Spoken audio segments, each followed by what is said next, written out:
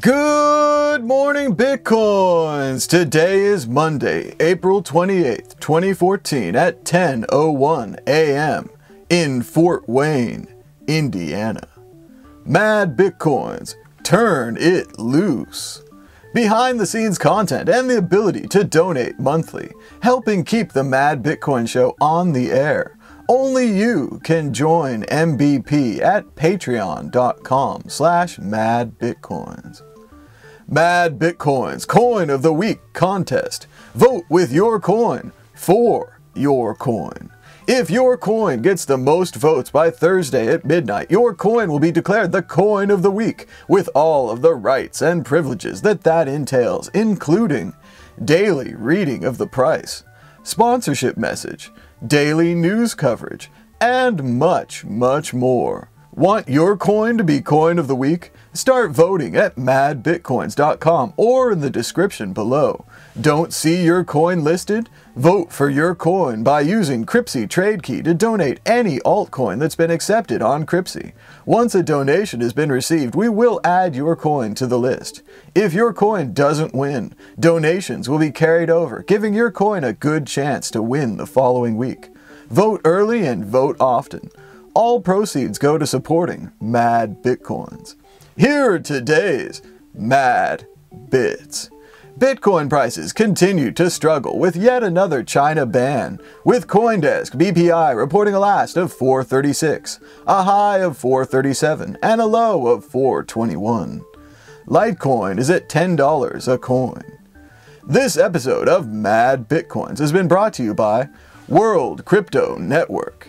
Daily YouTube shows about cryptocurrency. Subscribe today at YouTube. WorldCryptoNetwork.com.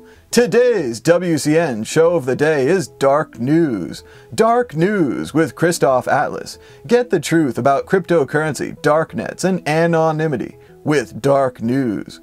Tuesdays on WCN.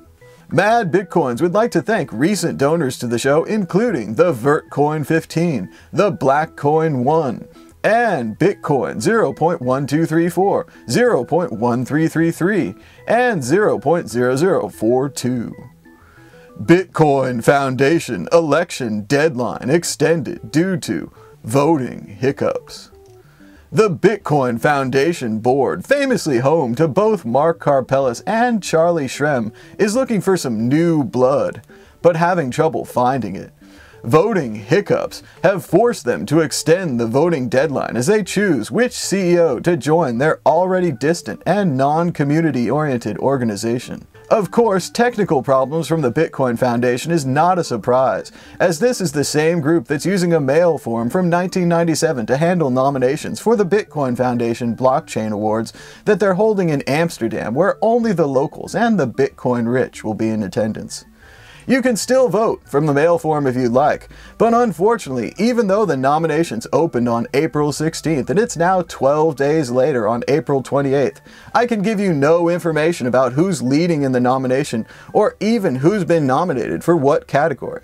There's no way I can promote or even discuss the awards because the intern who's tasked to read the email account that the mail form leads to isn't near as efficient as an online poll or even a Google form, which would auto-enter the data into a Google spreadsheet. I guess we'll find out the results on May 7th, but certainly no one will talk about it again until then. We won't do daily updates about who's been nominated and who hasn't, who's in the lead, because by not providing any information about their contest, they've made their contest uninteresting. They've buried the lead. But meanwhile, in Ohio, they've buried something else: their credibility.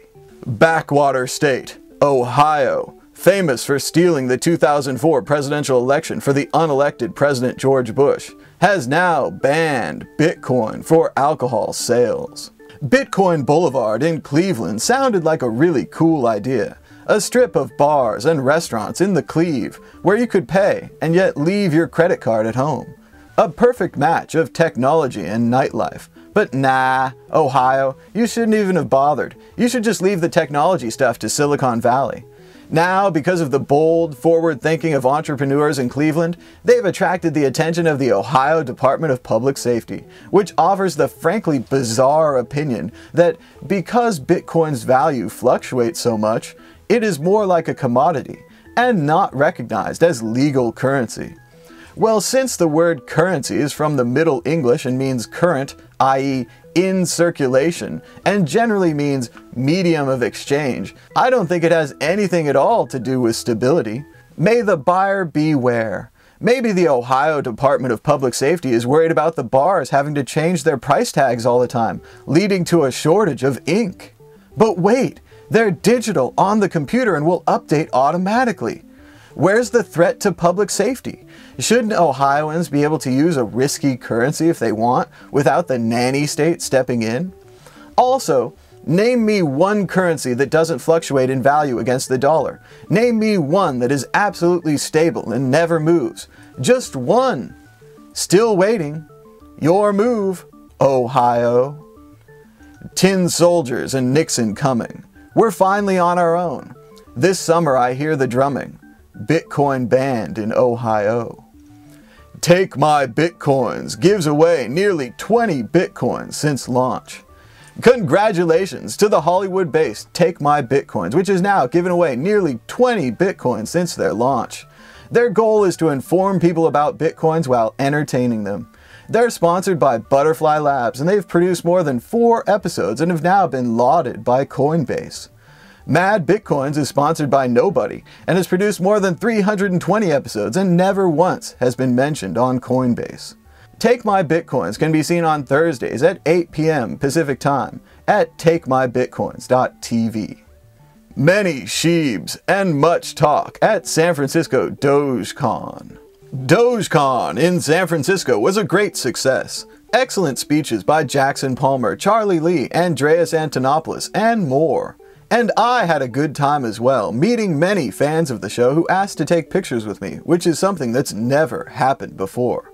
Ever. Would like to see more of those pictures on Twitter, by the way.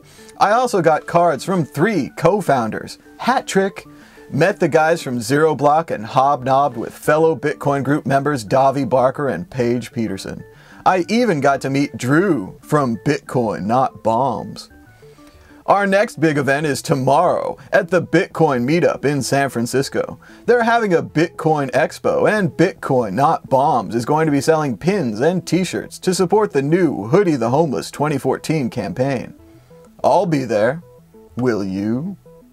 Until next time, this has been Mad Bitcoins.